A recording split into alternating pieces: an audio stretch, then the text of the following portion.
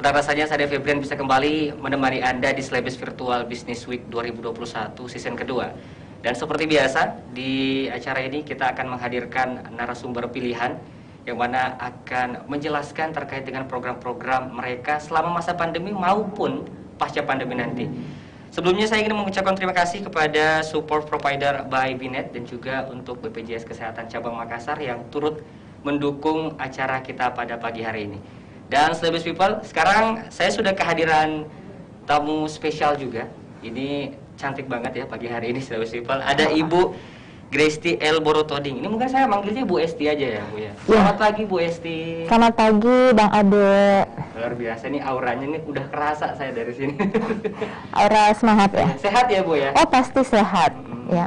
Bang Ade gimana kabarnya? Alhamdulillah sehat. Alhamdulillah sehat. Iya. Baik, ini Bu Esti kita berbicara tentang BPJS Kesehatan Cabang Makassar ya. Ini kalau kita ngomongin COVID-19 pastinya cukup luas. Tapi kita bahasnya di Kota Makassar aja. Iya. Kita di sini mempunyai tema dengan gotong royong semua tertolong. Nah, program BPJS ini kan kalau kita lihat di Kota Makassar pandemi COVID-19 banyak orang yang belum bisa membedakan. Kalau misalnya kita penyakit COVID ini tanggungannya ke Kementerian Kesehatan kah atau ke memang BPJS Kesehatannya? Nah, dari program gotong royong semua tertolong ini seperti apa sebenarnya Bu Esti? Ya.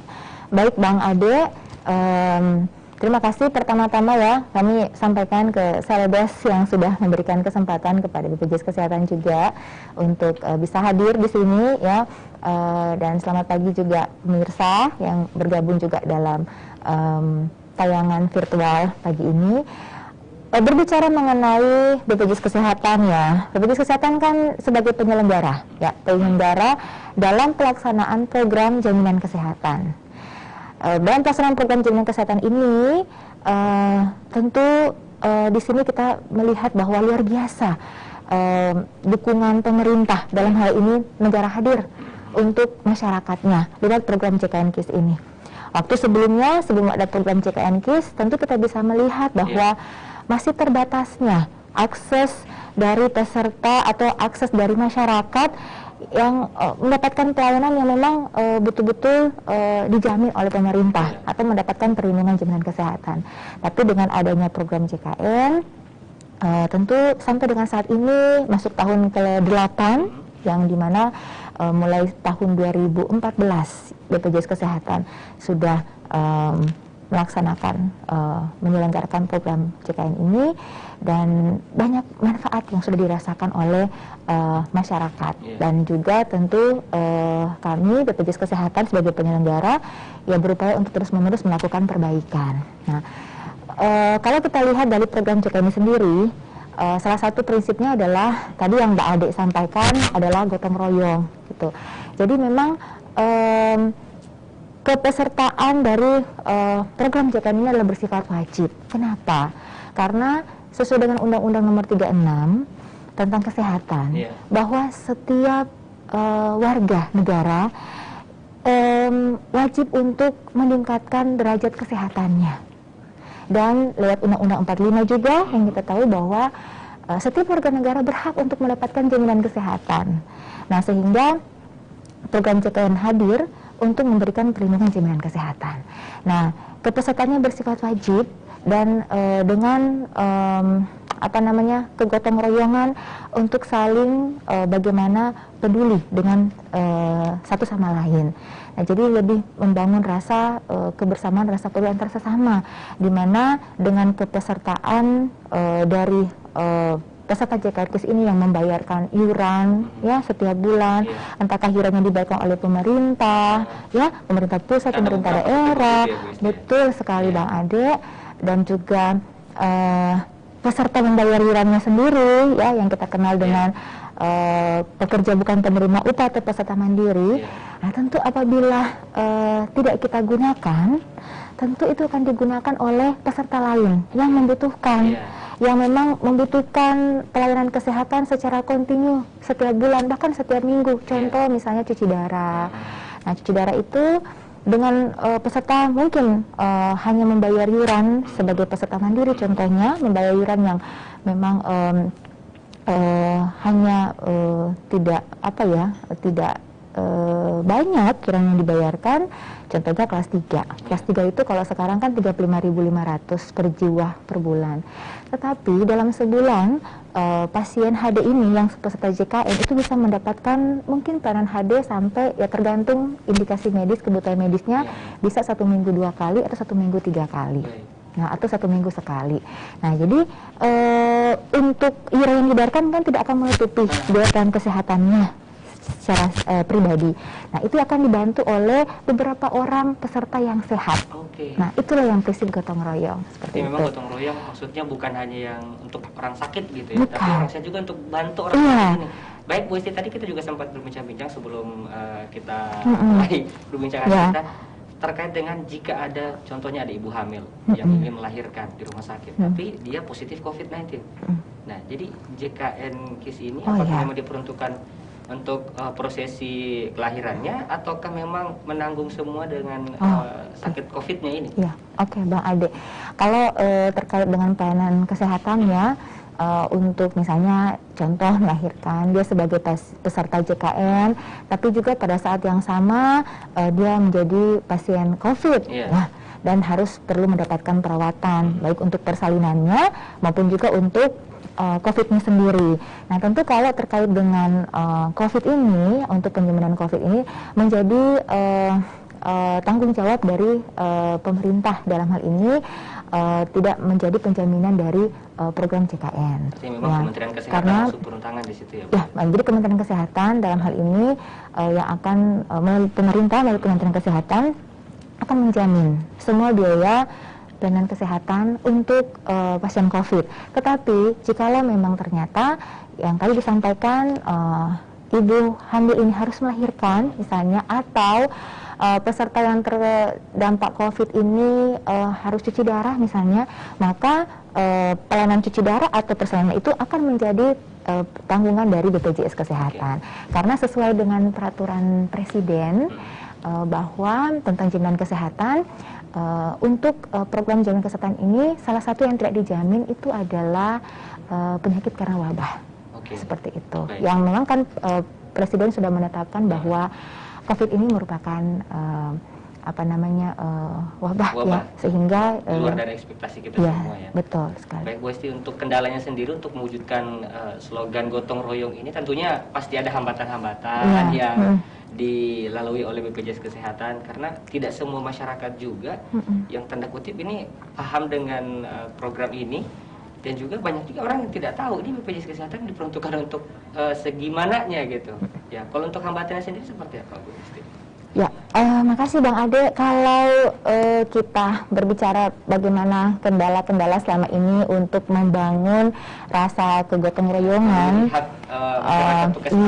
rasa kegotong royongan, bagaimana mendorong masyarakat untuk peduli akan kesehatannya walaupun belum sakit ya, artinya kan kalau bahasa lama, pepatah lama, sedia payung sebelum hujan gitu. Jadi walaupun masih sehat ya, tetapi kepesertaan JKN KIS itu tentu juga menjadi prioritas dari masyarakat.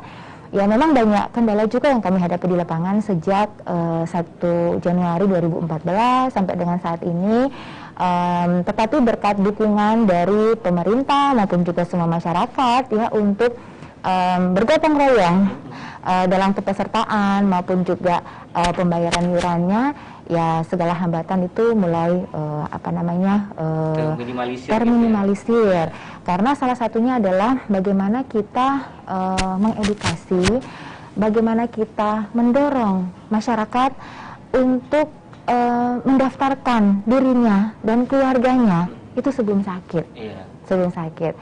Nah, jadi kepesertaan program JKN ini kan ada 2 ya Bang Ade ya, kelompok besar kepesertaan JKN ini, yaitu ada namanya peserta penerima bantuan iuran, dan yang kedua adalah peserta bukan penerima bantuan iuran. Nah, kalau peserta penerima bantuan iuran ini adalah orang-orang yang memang dianggap tidak mampu ditanggung oleh pemerintah pusat ataupun juga pemerintah daerah. Tapi kalau kelompok yang lain yang peserta bukan penerima upah, ini ada juga 3 segmen peserta. Jadi yang pertama adalah gitu ya? iya, pekerja penerima upah ya, contohnya kita di sini kita masuk pekerja penerima upah, ASN, ya, usaha swasta, TNI Polri, pejabat negara, pejabat daerah. Kemudian pekerja bukan penerima upah, itu disebut sebagai peserta mandiri. Dan yang terakhir adalah bukan pekerja. Nah, jadi bagi yang di sini yang menjadi kendala juga bagi kami adalah bagaimana pekerja bukan penerima upah ini atau peserta mandiri ini mereka terdorong karena mereka kan membayar iuran secara mandiri. Walaupun memang sekarang dalam Perpres 64 yang terakhir tahun 2020, Perpres 64 tahun 2020 dicantumkan bahwa untuk peserta mandiri pun kelas 3 aktif ya, dibantu juga iurannya oleh negara. Ya, jadi kan harusnya kalau kelas 3 ini iurannya 42.000. Nah, 42.000 setiap bulan per jiwa. Nah, tetapi peserta cukup membayar 35.000 saja. Nah, untuk selisihnya 7.000 itu ada yang 4.000 ditanggung, 4.200 ditanggung oleh pemerintah pusat, yang 2.800 ditanggung oleh pemerintah daerah. Tapi untuk kelas 3 saja. Nah, kelas 1 kelas 2 memang membayar iuran full 100% secara mandiri. Dengan iuran nih Bu Esti, kan biasanya banyak masyarakat yang menunda-nunda.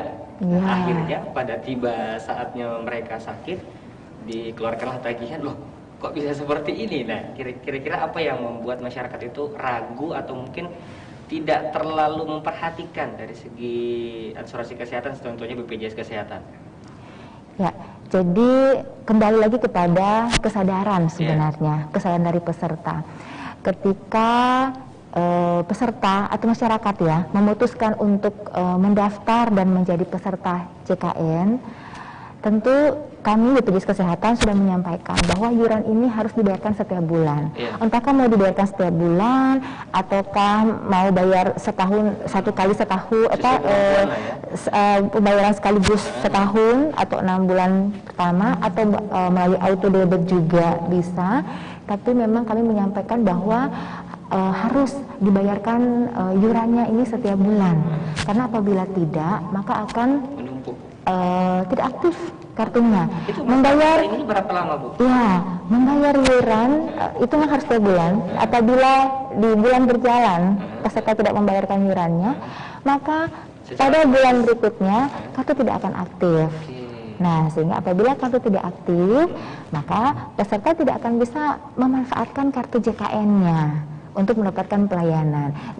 Peserta bisa mendapatkan pelayanan, tetapi tidak bisa dijamin oleh JKN karena kartunya kondisinya tidak aktif. Berarti edukasi juga sangat penting nih ya, Bu. Betul sekali. Jadi kami memang terus-menerus melakukan edukasi pada saat peserta mendaftar. Itu kami sudah menyampaikan leaflet, kami juga menyampaikan juga edukasi singkat kepada peserta, kemudian lewat sosialisasi juga kepada masyarakat, lewat pemangku kepentingan, stakeholder, ya, fasilitas kesehatan juga kami melakukan kami minta juga agar mitra kami juga mengedukasi peserta, kemudian juga lewat kanal-kanal informasi lainnya, sehingga memang harapannya tingkat keaktifan peserta ini semakin meningkat, sehingga tentu akan lebih mempermudah, memperlancar peserta untuk mendapatkan akses pelayanan yang dijamin oleh program JKN. Untuk support pemerintah pusat dan daerah terkait dengan jaminan kesehatan ini, contohnya saja anggaran, sejauh ini sampai seperti apa ini Bu Esti? Kalau support dari pemerintah, kalau kita berbicara pemerintah berarti ada pemerintah pusat, pemerintah daerah ya, sudah sangat luar biasa support pemerintah untuk peserta JKN, khususnya bagi masyarakat yang tidak mampu. Karena kalau bagi masyarakat yang mampu tentu bisa membayar iuran sendiri. Tetapi bagaimana dengan masyarakat yang tidak mampu? PBI tadi itu ya? Yang PBI tadi. Nah, jadi memang ada PBI peserta penbantuan iuran yang memang ditanggung iurannya oleh pemerintah pusat, ada juga pemerintah daerah. Selama ini itu dianggarkan full oleh pemerintah. khususnya kalau saya di daerah ya, pemerintah daerah itu dianggarkan full dan dibayarkan juga secara kontinu setiap bulan, itu berdasarkan perjanjian kerjasama antara BPJS Kesehatan dengan kepala daerah. Apakah kebijakannya sama antara pemerintah daerah satu dengan pemerintah daerah lainnya, ataukah memang ada tergantung kondisi yang membedakan kebijakan itu? Kalau terkait dengan pemanfaatannya itu sama semua ya, baik yang dijamin oleh iurannya ditanggung oleh pemerintah pusat, daerah maupun juga untuk peserta yang membayar iuran sendiri, atau juga yang sharing iuran seperti kalau ASN. Nah itu kan ada yang proporsi 1% dipotong langsung dari gaji setiap bulan, 4%-nya itu di sharingkan juga oleh pemberi kerja, dalam hal ini juga pemerintah daerah atau pemerintah pusat, sehingga memang untuk iuran 5% yang memang menjadi kewajiban dari pekerja penerima upah. Nah kalau kebijakan ya ini tentu disesuaikan dengan kemampuan dari masing-masing daerah. Jadi misalnya ada daerah yang mampu untuk menanggung sejumlah peserta. Nah kalau ada juga daerah yang karena juga kemampuan fiskalnya mungkin yang memang sangat rendah ya, jadi memang hanya terbatas yang bisa dijaminkan, tetapi secara keseluruhan pemerintah daerah sangat mendukung dalam hal ini dari sisi anggaran dan juga tentu validasi data peserta penerima bantuan iuran yang memang betul-betul yang memang perlu dibantu karena masuk dalam peserta yang tidak mampu, seperti itu. Baik, luar biasa di Celebes People, saya ngobrol sama Bu Esti sampai-sampai ini kita lupa ingin break dulu ya. Jangan kemana-mana Celebes People, kita akan segera kembali.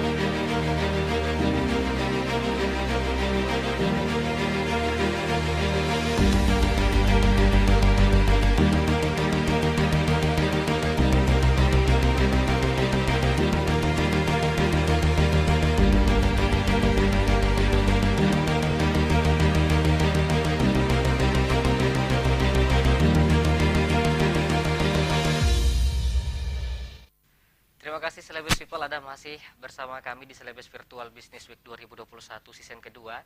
Dan kita masih bersama dengan Ibu Hesti selaku Kepala Cabang BPJS Kesehatan Kota Makassar.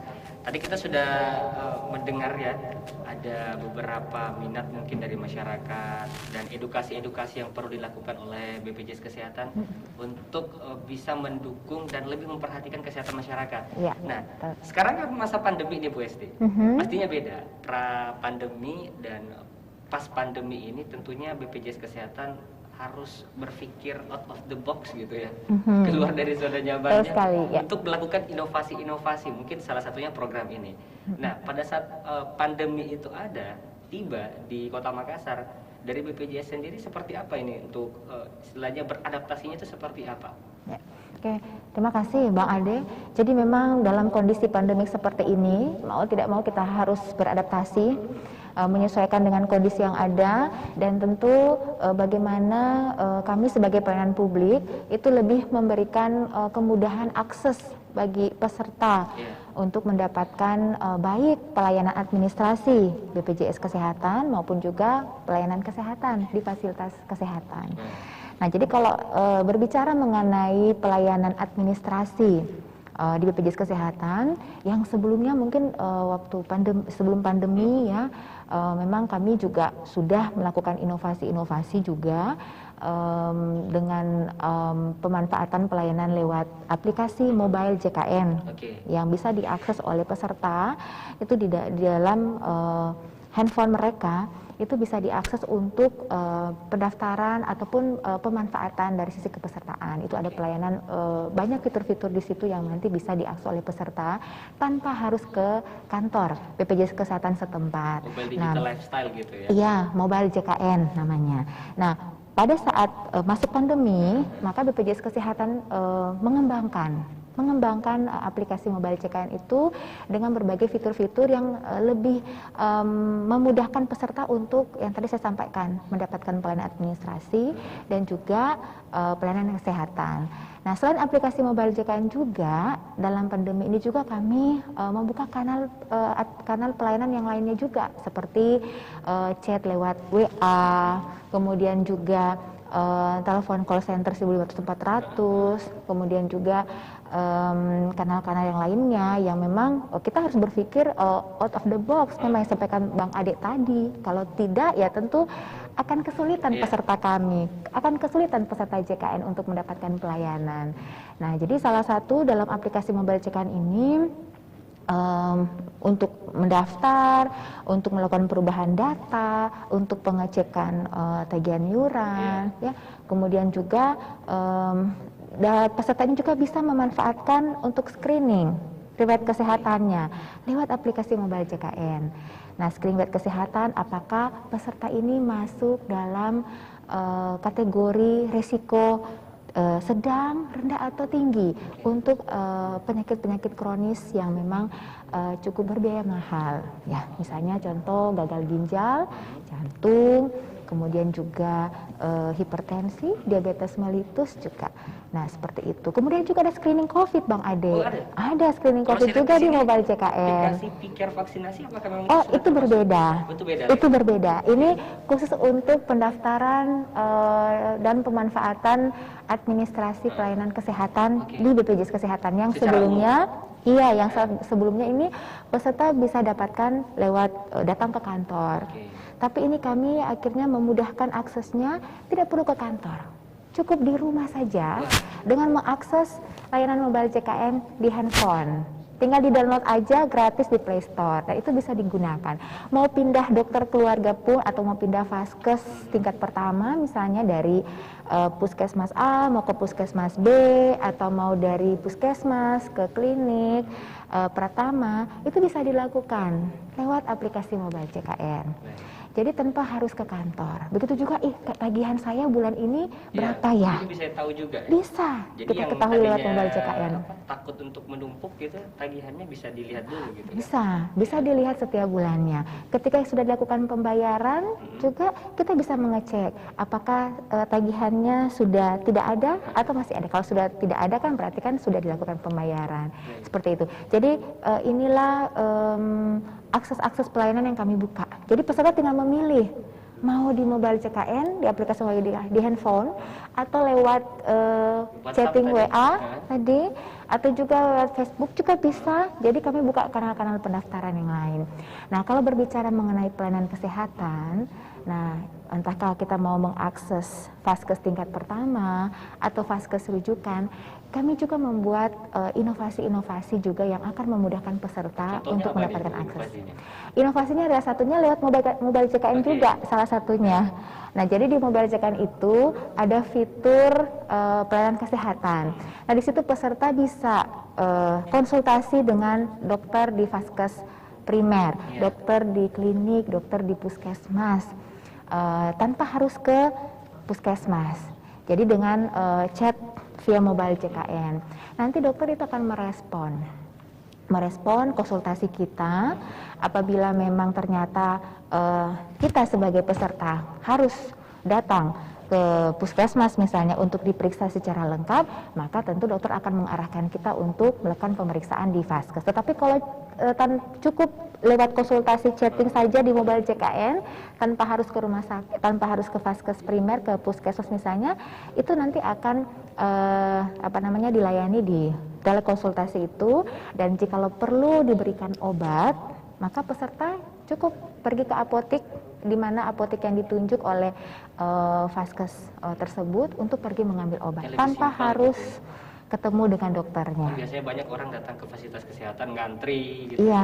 Booking antrian dulu, kerumunan otomatis ada. Nah, itu dia yang tadi Bang Ade sampaikan soal antrian. Ada juga kemudahannya lewat mobile CKN.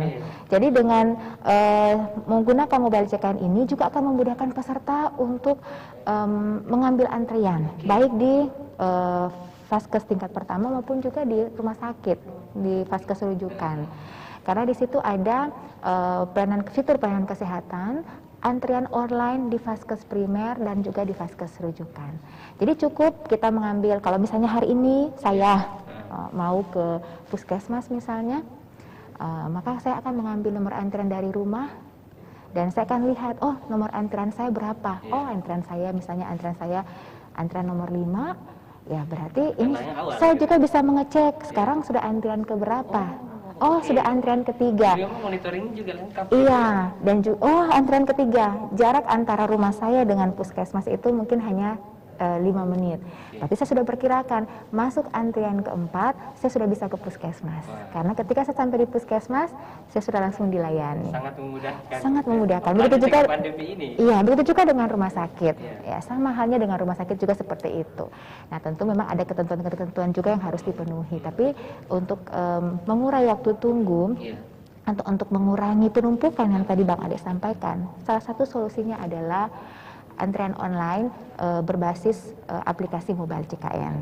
Seperti itu. Selain dari aplikasi mobile CKN, tadi kan saya sempat singgung Piker vaksinasi. Ini kan COVID nih. Iya. Nah, kalau Piker vaksinasi ini apakah memang termasuk salah satu fitur dari mobile CKN juga, ataukah memang ini terpisah aplikasi?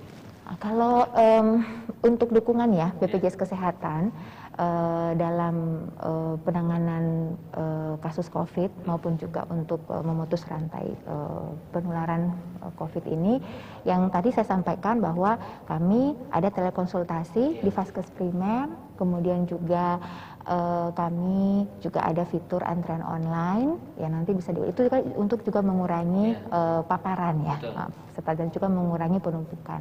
Tapi kalau untuk langsung terkait dengan COVID, maka kami juga untuk yang tadi Bang Ade sampaikan Piker vaksinasi COVID. Nah, memang aplikasi itu kami ciptakan untuk mendukung program pemerintah dalam bagaimana proses vaksinasi ini bisa berjalan dengan lancar. Dan aplikasi Piker vaksinasi ini semenjak dilaksanakan untuk vaksinasi COVID ini sudah bisa digunakan. Tetapi memang ada pengembangan-pengembangan yang kami lakukan. Sementara berjalan gitu ya?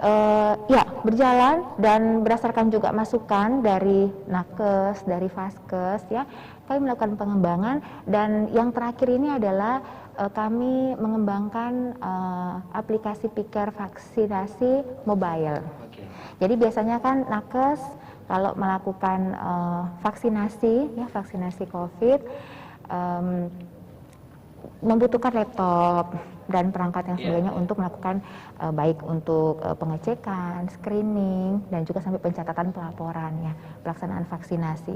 Tetapi dengan melihat nantinya target Bang Ade bahwa sehari itu pemerintah menargetkan 3 juta dosis setiap hari untuk vaksinasi, sehingga memang BPJS Kesehatan harus secepatnya ini menyesuaikan, karena kalau misalnya tidak dikembangkan lagi pikir vaksinasi yang lebih mobile, bisa digunakan saja, tentu ini akan juga menghambat kinerja nakes di lapangan untuk melakukan pelaporan, sehingga kami mengembangkan aplikasi pikir vaksinasi COVID ini mobile, sehingga ini bisa akan membantu juga nakes dalam melakukan baik pengecekan tiket untuk vaksinasi ataupun misalnya untuk screening, ya, untuk juga pelaporan pelaksanaan vaksin seperti itu.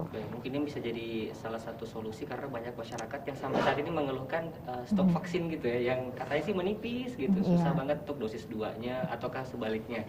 Nah, kalau untuk keikutsertaan peserta BPJS Kesehatan sendiri, sejauh ini sudah sampai mana sih Bu Esti? Kalau kepesertaan JKN ya, kalau di seluruh Indonesia, kepesertaan sampai dengan saat ini mencapai sekitar 85% ya untuk kepesertaan dari seluruh jumlah penduduk Indonesia. Tapi kalau kita lebih ke arah wilayah kita di Provinsi Sulawesi Selatan, ini sudah mencapai 89%. 89%. Ya, dari total jumlah penduduk masyarakat Sulawesi Selatan. Kalau kita khusus berbicara mengenai Kota Makassar, nah Kota Makassar ini sudah mencapai 95,50% untuk capaian kepesertaan. Jadi dari 1,4 juta penduduk, 1,4 juta 807 sekian lah saya 1,48 juta ya penduduk yang sudah menjadi peserta JKN di Kota Makassar ini sudah 95,50%. Ya. Dan ini sudah dikategorikan memang masuk dalam universal health coverage, di mana kan universal health coverage itu minimal 95% masyarakat di satu wilayah itu terlampaui targetnya gitu ya Bu Esti ya. Targetnya harus 100% Bang Ade. Iya, karena kita kembali ke undang-undang kan. Harus 100%. Semua masyarakat itu memperoleh jaminan kesehatan, kepastian jaminan kesehatan. Nah, sehingga target kami adalah kepesertaan itu harus mencapai 100%. Ya, jadi ini kami tentu berupaya terus-menerus untuk mengedukasi, mensosialisasikan kepada masyarakat untuk tergerak hatinya untuk menjadi peserta JKN. Yang tadi kita kembali lagi yang di awal dengan gotong royong, ya, walaupun kita tidak sakit, tapi kita rutin membayarkan iuran setiap bulan. Dengan demikian kita sudah membantu peserta lain yang sakit, yang membutuhkan biaya yang cukup besar. Bahkan juga kita sudah bisa bersedekah kan bersedekah bagi orang lain seperti itu. Selama masa pandemi Bu Esti, apakah memang keikutsertaan peserta BPJS ini meningkat? Karena kan kita tahu selama masa pandemi orang kebanyakan contohnya stay di rumah aja, nggak kemana-mana. Justru ada juga orang yang berpikir bahwa kesehatan ini gak usah dulu lah karena pandemi gitu, gak usah di ini dulu lah tagihannya. Ada nggak seperti itu? Di era pandemi seperti ini ya, untuk animo masyarakat untuk mendaftar, kami bisa sampaikan bahwa ini cukup tinggi ya, cukup tinggi.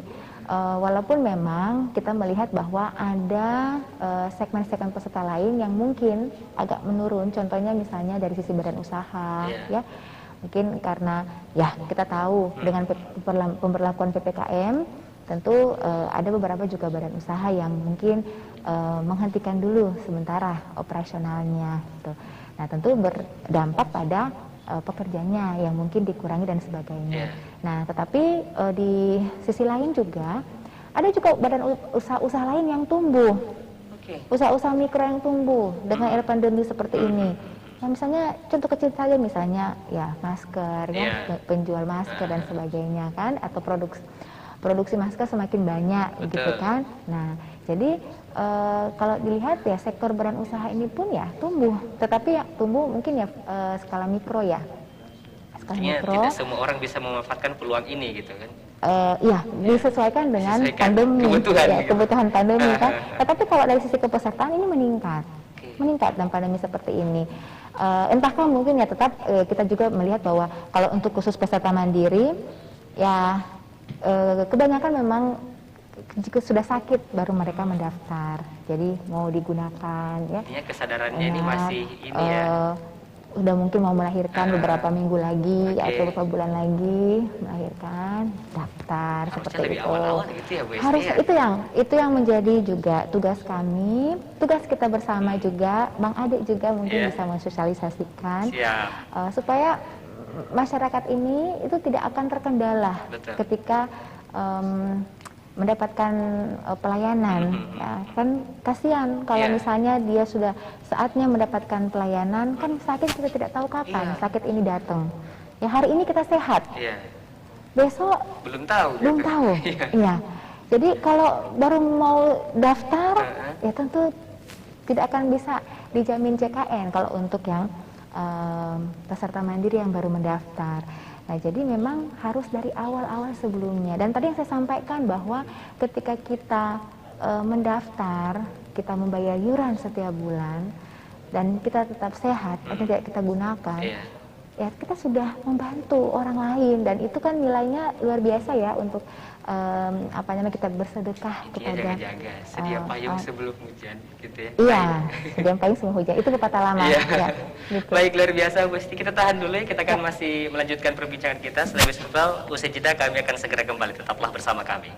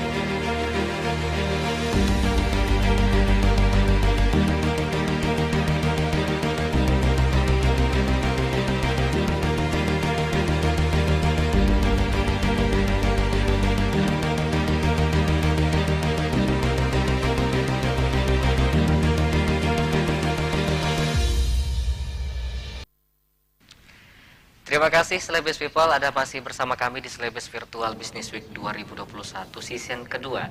Menarik sekali tadi perbincangan kita bersama dengan Ibu Esti terkait dengan mobile JKN gitu ya tadi. Ya. Mobile JKN yang memang memudahkan masyarakat untuk mendapatkan pelayanan kesehatan lebih mudah, lebih aman ya tadi.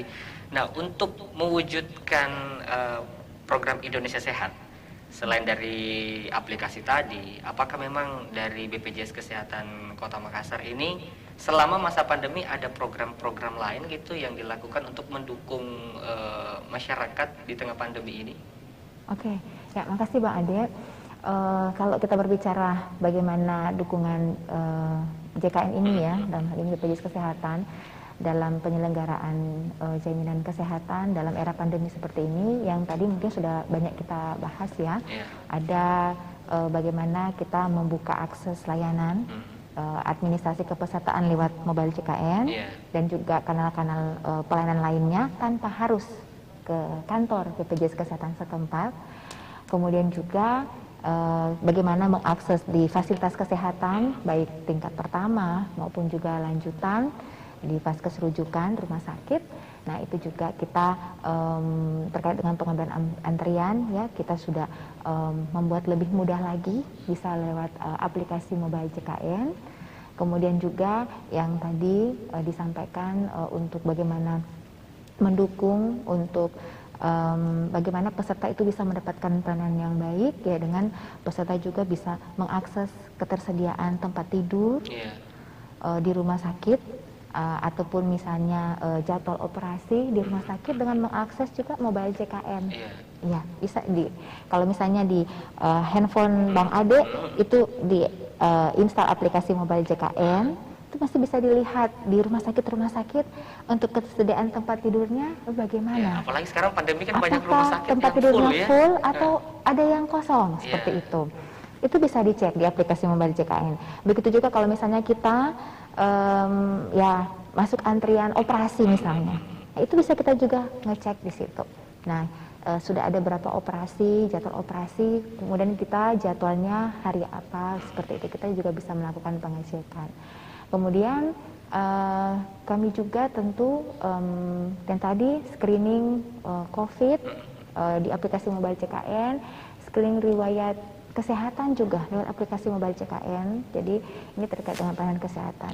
Kemudian kalau khusus yang langsung kita bersentuhan dengan COVID ya, untuk pelayanan COVID, penjaminan COVID, maka salah satunya untuk bagaimana mensukseskan program pemerintah untuk vaksinasi COVID ini sesuai dengan target dari pemerintah, tentu kami menciptakan aplikasi Piker vaksinasi yang sekarang ini nanti akan juga diciptakan aplikasi Piker vaksinasi mobile yang saat ini sementara diuji cobakan dulu di beberapa FKTP, di beberapa vaskes primer, dan apabila sudah berjalan dengan baik maka tentu akan bisa digunakan oleh semua fasilitas yang melaksanakan vaksinasi COVID ya. Didoakan saja semoga bisa berjalan lancar. Amin. Kemudian terkait dengan pelayanan di rumah sakit, kami juga diberikan amanah, Bang Ade, untuk berperan serta dalam penjaminan klaim COVID, di mana kami ditugaskan untuk melakukan verifikasi. Verifikasi terhadap pelayanan-pelayanan COVID yang sudah diberikan oleh rumah sakit, ataupun juga KIPI ya, reaksi terhadap vaksinasi COVID ya. Nah, itu kami melakukan verifikasi, dan apabila telah selesai maka tentu dari Kementerian Kesehatan yang nantinya akan melakukan pembayaran kepada fasilitas kesehatan, dalam hal ini rumah sakit yang melayani pasien COVID. Nah, kemudian kalau bagaimana dengan JKN itu sendiri dalam kita meningkatkan pelayanan, tentu kami BPJS Kesehatan terus-menerus bersinergi, berkolaborasi, membangun kepercayaan, engagement ya, dengan pemangku kepentingan, dengan stakeholder yang ada, bahkan dengan mitra BPJS Kesehatan dalam hal ini pemberi pelayanan kesehatan, baik vaskes primer maupun juga vaskes lanjutan. di mana kami terus-menerus melakukan monitoring dan evaluasi, kemudian juga kami melakukan feedback kepada fasilitas kesehatan untuk senantiasa melihat performance-nya. Apakah sudah melakukan pelayanan itu dengan baik, sesuai dengan ketentuan, ataukah belum? Nah, ini kami terus-menerus melakukan evaluasi dan sampai sejauh ini sudah banyak perbaikan yang telah dilakukan oleh fasilitas kesehatan. Terbukti adalah salah satunya di mana tingkat kepuasan peserta itu meningkat dari tahun ke tahun. Ya.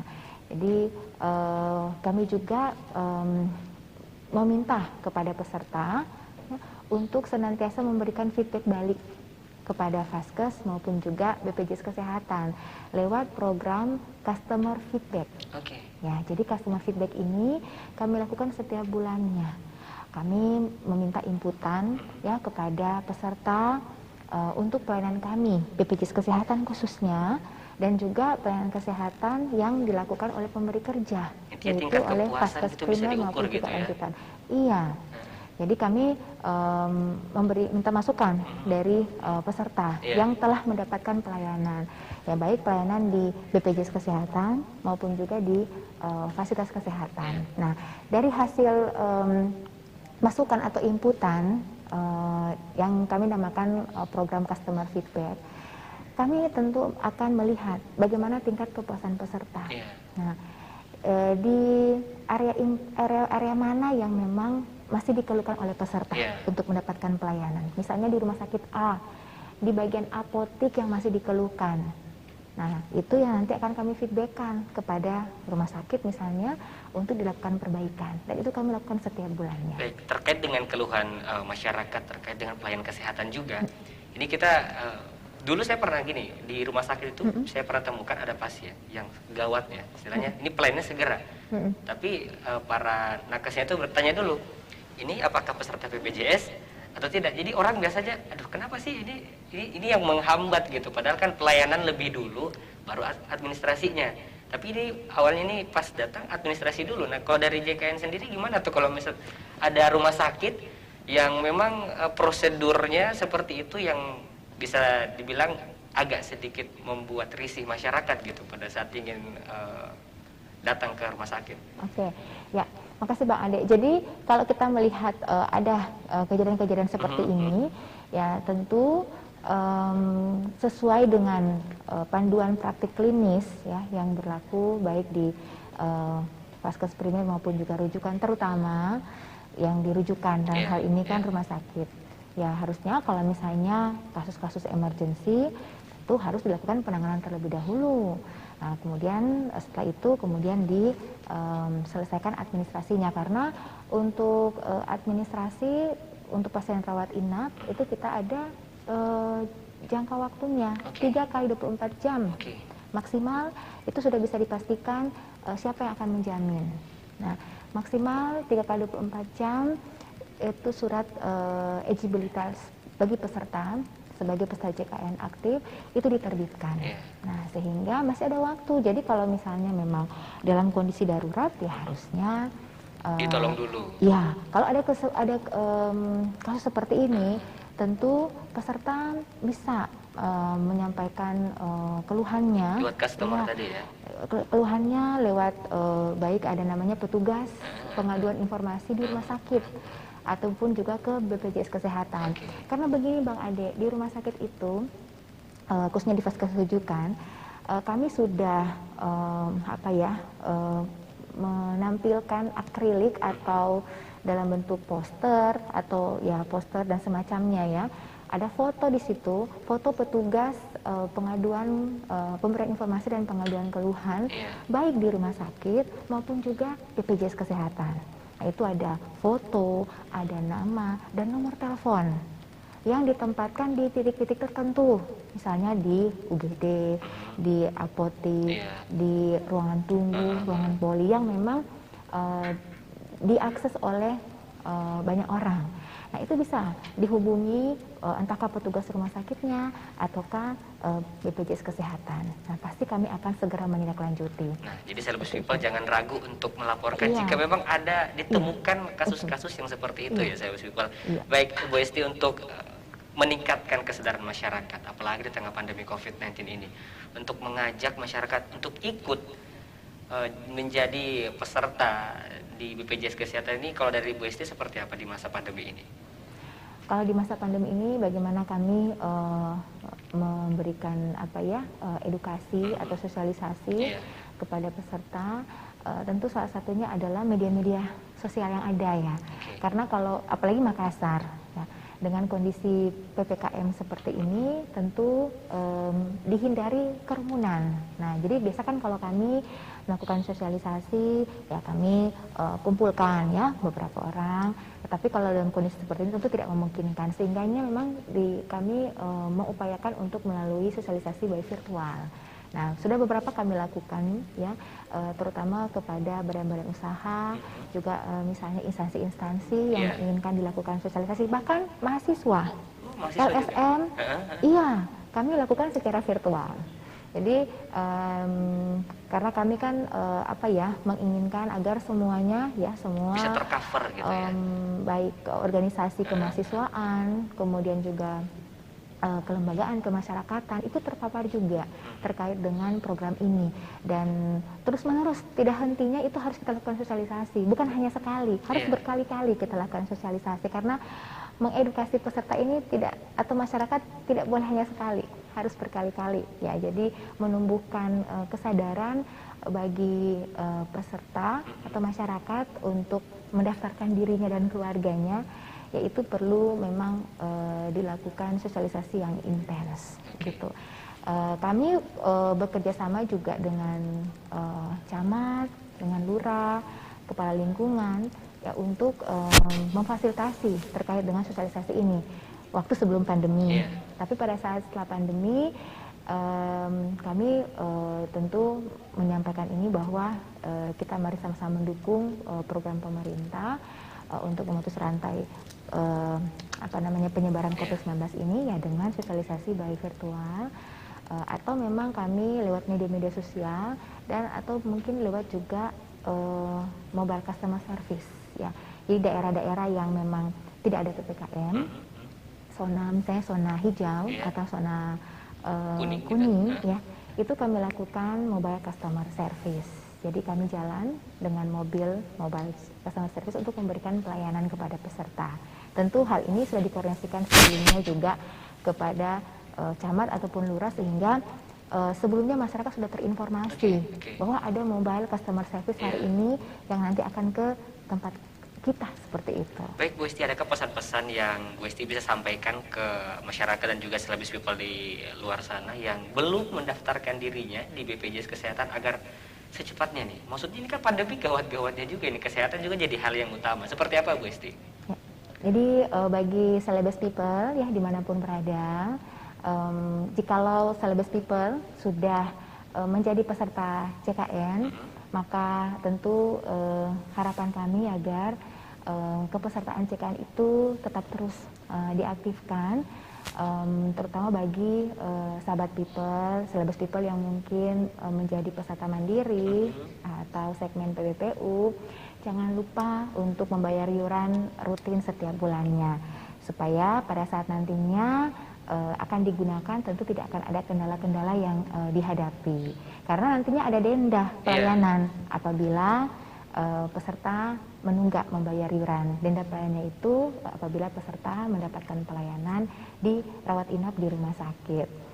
Dan tentu juga kami harapkan agar peserta, kalaupun misalnya memang tidak mau ribet untuk membayarkan iuran setiap bulan bagi peserta mandiri, itu bisa mengikuti program auto debit lewat banknya masing-masing. Di situ ada Bank BRI, BNI, ya, BCA, BTN, bahkan lewat juga kanal-kanal yang lainnya ya, seperti Doku ya, Shopee, Isaku ya, yang Himpe, yang sebagainya. Ini banyak sekali ya, sudah dikembangkan oleh BPJS Kesehatan.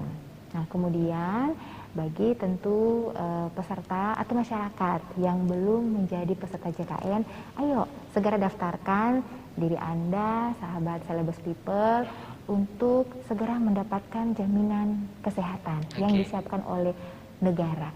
Yang program ini sangat baik, ya sangat baik sekali, sehingga kita harus sama-sama saling mendukung, saling mensupport, sehingga apabila sahabat Celebes People ini sudah terdaftar sebagai peserta JKN, maka tentu sudah memiliki kepastian jaminan kesehatan. Luar biasa, karena memang banyak masyarakat itu yang peduli dengan BPJS kesehatannya pada saat mereka tuh sakit. Tapi pada saat mereka sehat, aduh ini boro-boro mau bayar gitu, nanti lupa lagi dia pada saat dia dapat tagihan, tiba-tiba kok ini denda lagi, akhirnya tidak bisa digunakan lagi. Tadi ada 3 bulan gitu ya masanya waktunya tadi. Oh, 3 kali 24 jam untuk pengurusan administrasi di rumah untuk sakit. Misalnya kategori pembayaran iurannya berapa lama jika tidak dibayar langsung ini tadi? 1 bulan saja. 1 bulan Jadi saja. 1 bulan, misalnya bulan ini tidak lakukan pembayaran, maka bulan depannya tanggal 1 itu akan nonaktif kartunya.